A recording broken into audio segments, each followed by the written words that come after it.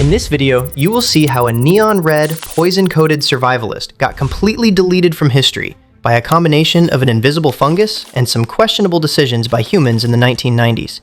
It's fascinating that being a toxic tank does not significantly impact the extinction of this guy.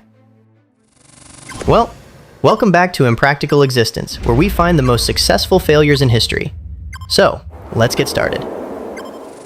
The Splendid Poison Frog, or Ufaga speciosa, was effectively a biological masterpiece of, hey, look at me, but don't touch. Evolution spent millions of years giving this 30mm creature a uniform. It's painted in a brilliant red skin that screams cardiac arrest to anything with a mouth. But here's what got me. Do you know the frog wasn't actually born toxic from his mother's womb? It had to eat its way to lethality. The frog munched on specific formicine ants and mites. It sequestered Pumila toxins, specifically Pumila toxin 251D, which acts as a potent cardiac depressant. Before we look at the frog's specific demise, we have to acknowledge something odd.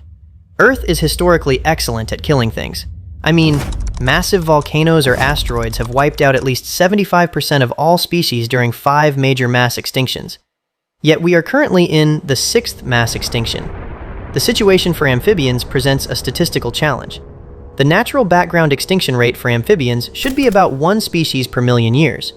Currently, that rate is between 211 and 45,474 times higher than it should be. The splendid poison frog lived in a very specific part of the world, the western Cordillera de Talamanca in Panama.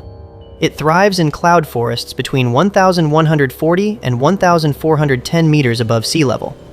These forests are defined by horizontal rain, a perpetual mist that keeps everything saturated. This moisture was the frog's lifeblood, which also became its delivery mechanism for death. Here I am thinking, well, the frog's life was simple, considering its parenting. The mother would carry individual tadpoles on her back up into the forest canopy, depositing them into tiny, water-filled plants called bromeliads. Because these pools have no food, she would return to lay unfertilized eggs just for the tadpoles to eat. It was a high-stakes, high-energy investment just to bring their babies to life. And it's obvious, their life relies on this environment, right? And that is only half the story.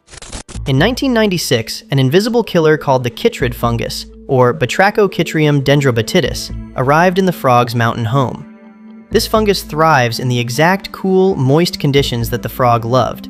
It works by infecting the frog's skin and disrupting its ability to regulate electrolytes, eventually causing the heart to simply stop.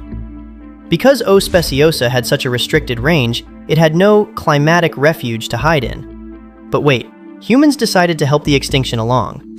Data from the US Fish and Wildlife Service shows that right before the fungus hit, we were shipping these jewels out of Panama in massive numbers for the international pet trade.